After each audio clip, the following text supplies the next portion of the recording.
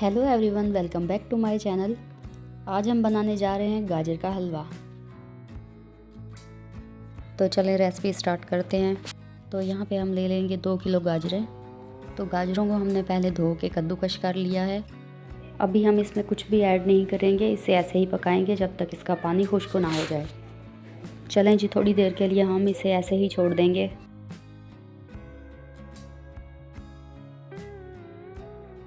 अब हम इसमें 3 से 4 सब्ज़ इलायची डालेंगे। आधा कप चीनी शामिल करेंगे। 2 किलो गाजरों के हिसाब से चीनी परफेक्ट है, आधा कप। अगर आप चाहें तो मीठा अपने हिसाब से कम या ज़्यादा कर सकते हैं।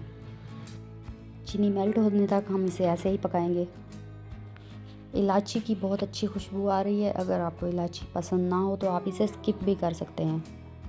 तो आगे चल के हम इसमें खोया भी ऐड करेंगे और खोए की रेसिपी भी आपसे शेयर करेंगे। चलें जी, अब हम इसमें कुकिंग ऑयल शामिल करेंगे। कुकिंग ऑयल हमने तकरीबन 6 से 7 चम्मच लिया है।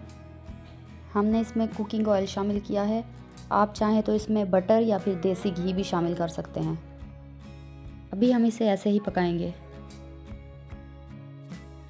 तकरीबन 10 मिनट के लिए हम इसे ऐसे ही पकाते रहेंगे। चलें जी, हलवा हमारा रेडी हो चुका है। चलें जी, अब हम खोया बनाने लगे हैं। खोया बनाने के लिए हम 2 लीटर दूध ले लेंगे।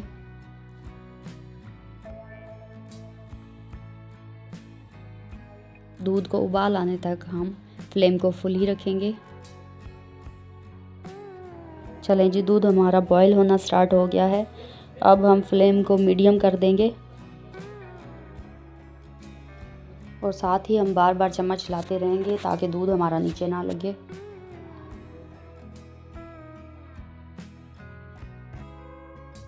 देखें जी, दूध हमारा गाढ़ा होना शुरू हो गया है। अभी हम इसे और पकाएंगे और गाढ़ा करेंगे। आप देख सकते हैं खोया हमारा कितना अच्छा रेडी हो रहा है। ये बहुत थिक हो रहा है। अभी मार्केट से अच्छा खोया आप घर पे तैयार कर सकते हैं। हमने इसमें मीठा भी नहीं शामिल किया क्योंकि हलवे में पहले ही हमने मीठा शामिल कर दिया था। आप अगर अलग से खोया बनाना चाहें तो इसमें आप मीठा ऐड कर सकते हैं।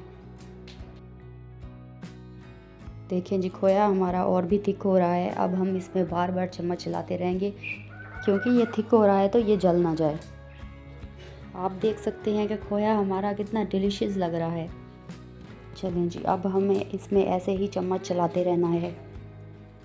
चलें जी, अब हमारा खोया रेडी हो चुका है। तो आते हैं अब हलवे की तरफ। तो हमने इसमें कुछ ड्राई फ्रूट्स ऐड किए हैं।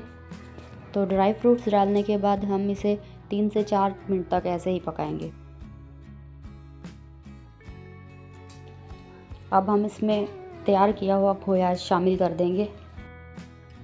खोए को तकरीबन हमने 5 से 10 मिनट के लिए रूम टेम्परेचर पे ऐसे रख दिया था।